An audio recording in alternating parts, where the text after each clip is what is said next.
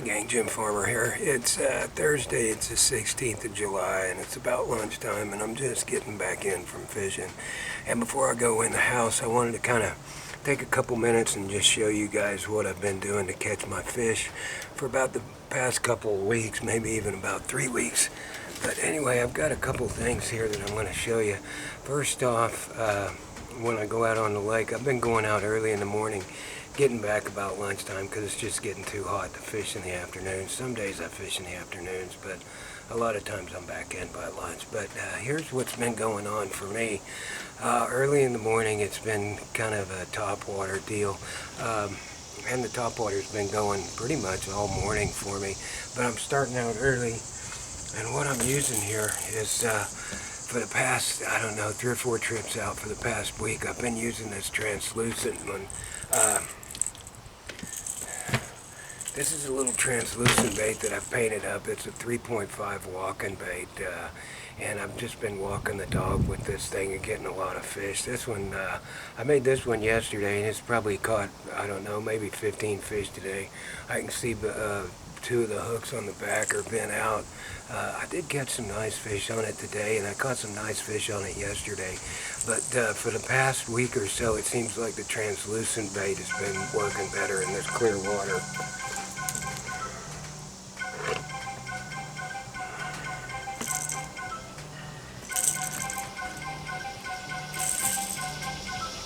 Another bait that I've been using too is I've been using this pearl walking bait. Up until about a week ago, this is what's been catching about all the fish for me. It's this little 3.5-inch pearl walking bait. Man, I caught a lot of fish on this, and it still catches a lot of fish, especially in low light, like early in the morning, or if it's cloudy. I highly recommend the solid color pearl. And that's another one that I've been using pretty regular, especially early in the morning.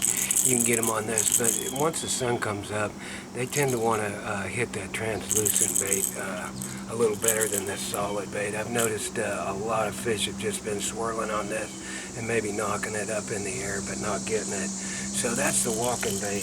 And on the walking bait, I'll tell you what I've been using. I've been using a Penn Fierce reel. I believe this is a 2500 model Penn Fierce. It's a good little reel for me.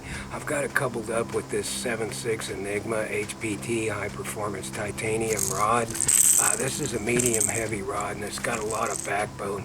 I love this thing for using some of my heavier stuff like the Topwater, and I've got 8-pound fluorocarbon loaded up on this.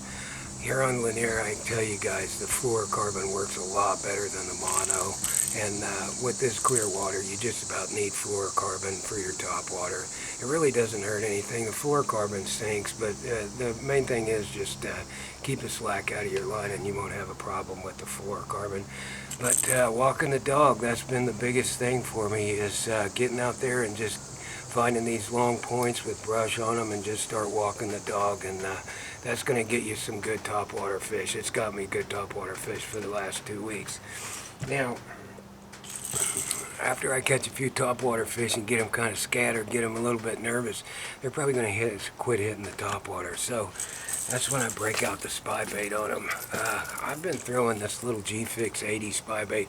This is a chartreuse shad right here in the G-Fix 80 size. That's about all I use is a G-Fix 80. Now this is a chartreuse shad pattern, which is kind of a solid white pattern. For a lot of the fishing that I'm doing out here right now, I'm using Ghost Minnow on my spy baits. Ghost Minnow G-Fix 80. It's a small bait. It's kind of see-through. It's one of them translucent baits.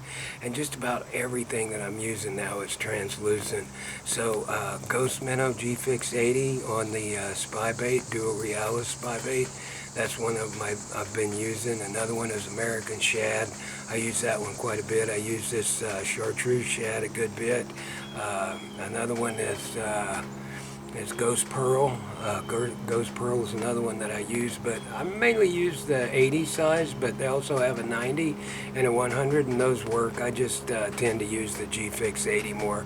But I'm using this on 6-pound test. It's really important. 6-pound test, medium rod, good reel. I got a Shimano CI4 here, And I got this reel because of the drag system. You can't beat that drag system.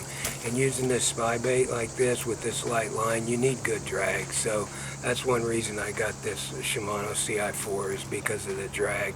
What you want to do is you want to cast this thing out just as far as you can, whether it's over a point or over brush or whatever. Reel in all your slack just as soon as it hits the water. Get all your slack in and then count, give it a 10-second drop, and then just a slow, steady retrieve. Once you start catching fish on this, you'll kind of get the retrieve down, but it's kind of a slow, steady retrieve after a 10-second drop. These things drop about a foot a second, so that'll get it down, 10, 12 feet, something like that.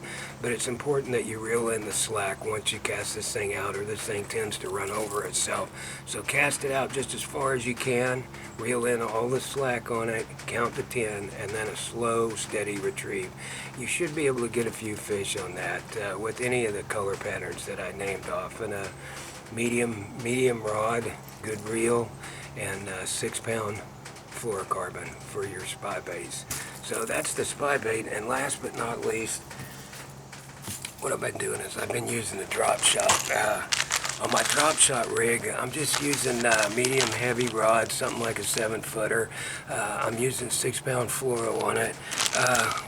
I'm using like a host of different baits, but the main one I'm using is Lanier baits, Blue Lily.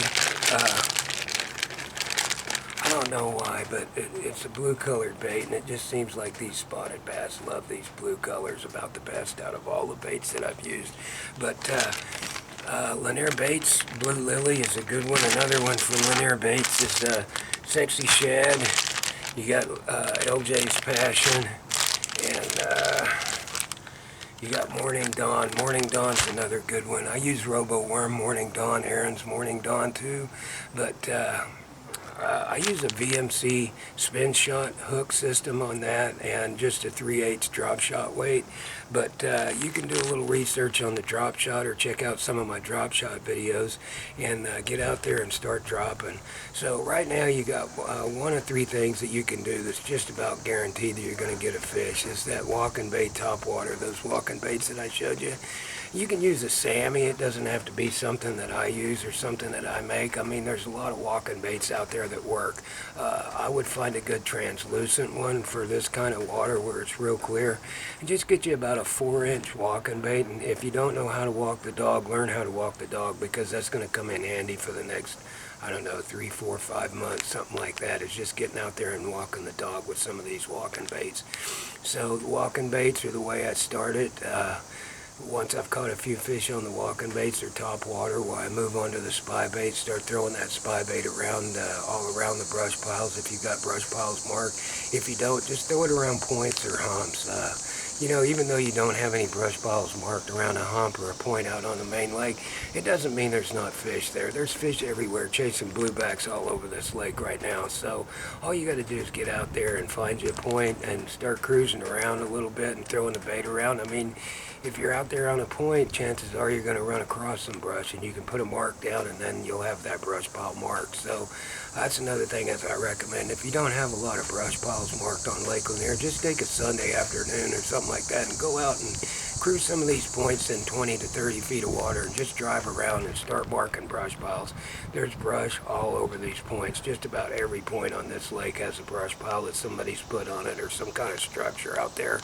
So do yourself a favor. If you don't have a lot of waypoints, a lot of brush marked on these points and out on the main lake on the hump, just do a little driving around and start marking some. The more you mark, you're not getting them from somebody else, you're finding them yourself. So some of these can be pretty beneficial, the ones that you find, not the community brush piles and stuff like that. But if you drive around and find some on your own, they're going to be yours, and they might not get pressured like some of these community brush piles do.